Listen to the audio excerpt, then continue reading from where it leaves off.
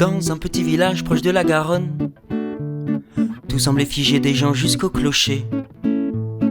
Un silence pesant, c'est comme si la Gorgogne avait pétrifié la ville et ses sujets. Dans ce petit village de notre beau pays, vivait la vieille Paulette qui souvent s'ennuyait. Sa maisonnette dormait juste au creux du lit d'une rivière chantant de tristes mélodies. Paulette avait vu partir ses amis, regarder le portrait de son mari.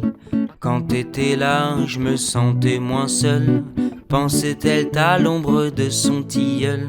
Pour combler le vide, elle avait ses fleurs de lys, elle s'occupait de ses myosotis. Le samedi, sur sa fenêtre refroidissée, une tarte bercée par le vent d'été.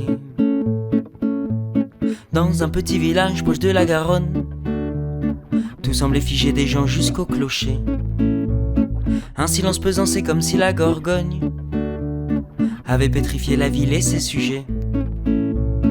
Un jour du bruit vint à ses oreilles, la construction d'un quartier résidentiel, avec dedans des gens du monde entier. La vieille Paulette était terrifiée, elle qui voyait le grand monde à travers le petit écran de sa télévision, fit rehausser les murs autour de sa maison. Après tout, Zemmour parle d'une invasion.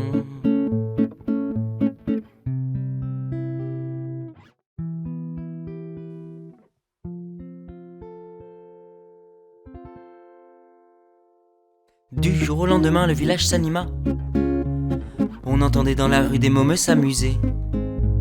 Un jour dans son jardin, un ballon s'égara. Elle invita les enfants à déjeuner. La tarte de Paulette fit forte impression. Heureuse, elle éteignit sa télévision. Les enfants revinrent se baigner dans le lit de la rivière qui changea sa mélodie, pour s'accorder au rire des enfants et retrouver celle du temps d'antan.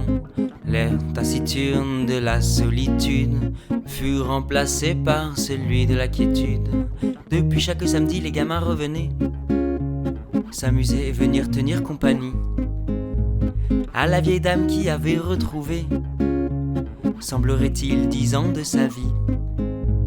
Et Paulette, qui ne serait plus jamais seule, fit enlever les murs de sa cloison pour que tout le monde profite du tilleul, de la rivière de sa nouvelle chanson, de la rivière de sa nouvelle chanson.